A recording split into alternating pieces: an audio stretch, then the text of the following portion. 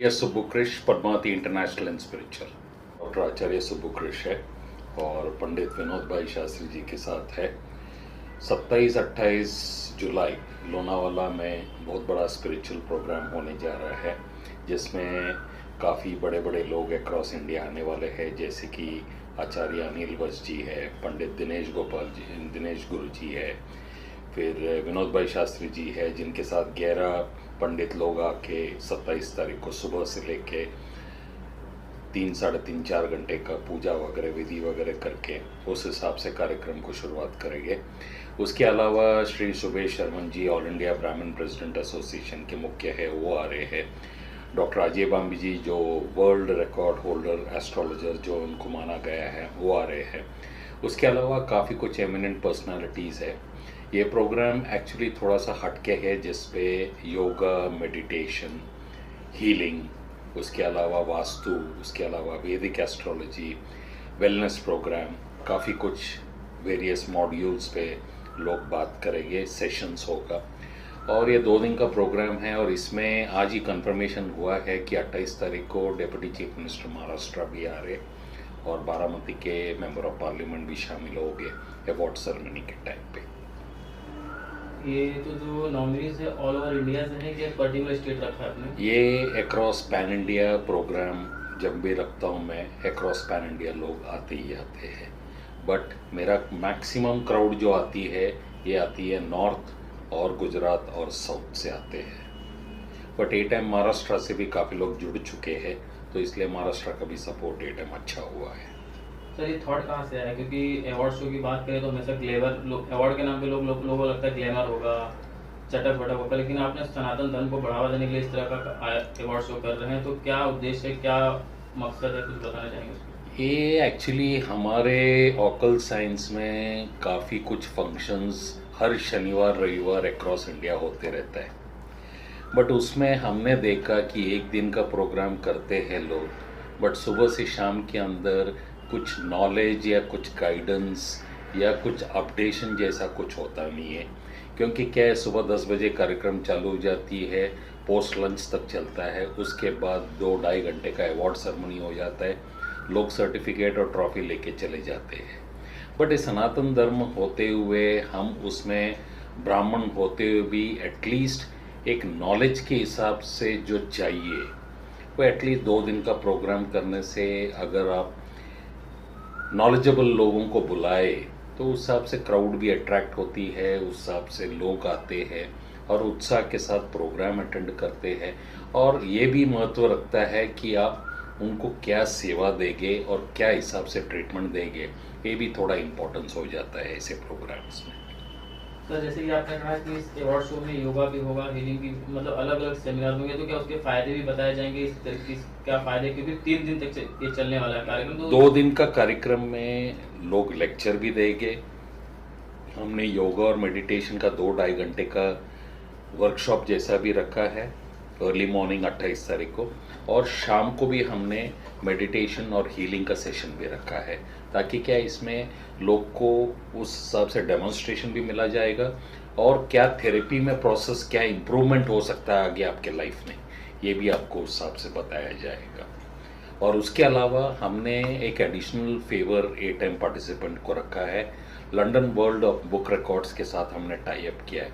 वो कंपनी की तरफ से आपको सर्टिफिकेट और एक मेडल और एक मोमेंटो दिया जाएगा, तो एक इंटरनेशनल अवार्ड अपने कैरियर की प्रोफाइल में आ जाएगी, उस हिसाब से ये एक वेटेज हो जाएगा।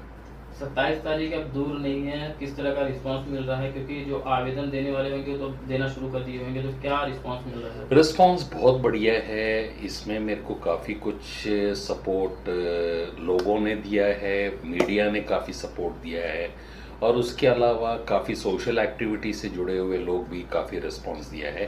बट कैसा है, वो ट्रेंड मैंने देखा है पिछले 3 प्रोग्राम में, लास्ट के जो 10-12 दिन होते हैं उसमें लोग काफ़ी जमा होकर रजिस्टर करना चाहते हैं, क्योंकि क्या है, लोग टाइम है करके लास्ट मोमेंट रजिस्ट्रेशंस में आ जाते हैं, तो उस हिसाब से कवर अप हो जाता है। 100-150 या 200 लोग कवर अप हो जाती है।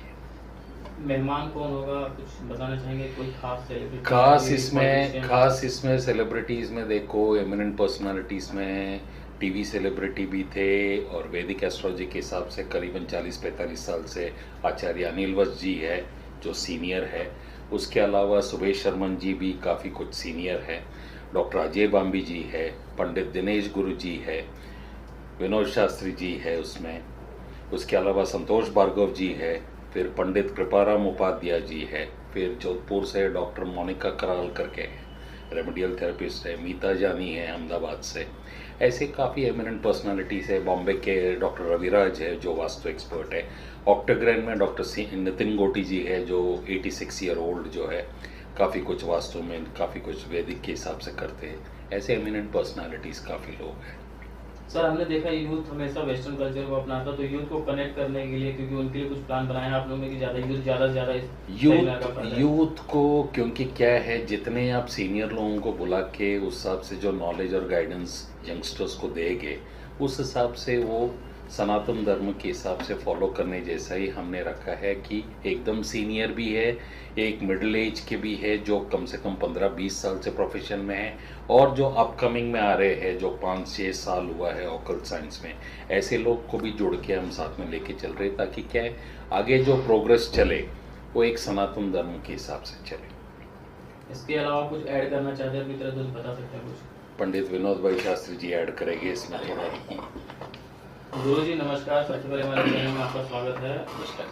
27 तारीख को जो सनातन धर्म को बढ़ावा देने के लिए इस तरह का भव्य कार्यक्रम आयोजित किया जा रहा है, उसमें एक आप भी मेहमान के तौर पर मौजूद रहेंगे, क्या कुछ कहना चाहेंगे इस कार्यक्रम को लेकर? देखो भाई साहब, पहले तो मैं सभी को नमस्कार करता हूँ। मेरा नाम पंडित विनोद शास्त्री है, मैं भागवताचार्य हूँ, शिव पुराण पढ़ता हूँ, शिव पुराण करता हूँ, माँ देवी भागवत करता हूँ, हरि पुराण करता हूँ और ज्योतिष से जुड़ा हुआ हूँ। सब ये भाई सुबह जैसे भाई लोग सब मेरे पास आते हैं, हम भी इनके पास जाते हैं और सबके साथ में जुड़ा होकर ये कार्यक्रम इन्होंने रखा। जो लोनावला में कार्यक्रम रखा उसके लिए यंगस्ट के लिए सीखने के लिए बहुत कुछ है। जैसे जो यंग लोग हैं उनको आने की बहुत ज़रूरत है, क्योंकि इसमें कहा गया है कि 80 साल का इंसान और 30 साल का आदमी दोनों अगर मिलेंगे तो उसको संस्कार के अलावा कुछ नहीं मिलेगा। क्योंकि जो 80 इयर्स का आदमी है वो तो उसके संस्कार क्या होंगे वो आप समझदार हैं, आप जानते हैं। और जो 30 साल का आदमी होगा उसके संस्कार क्या हैं, वो जब वो 80 साल वाले का संस्कार देखेगा तो अट्रैक्ट होगा। और अट्रैक्ट होकर जो हमारे सनातन के संस्कार हैं, जो हमारे सनातन लेके चल रहे हैं, वो संस्कारों को देखते हुए आदमी और आगे बढ़ेगा और अपने सनातन की तरफ झुकाव आएगा।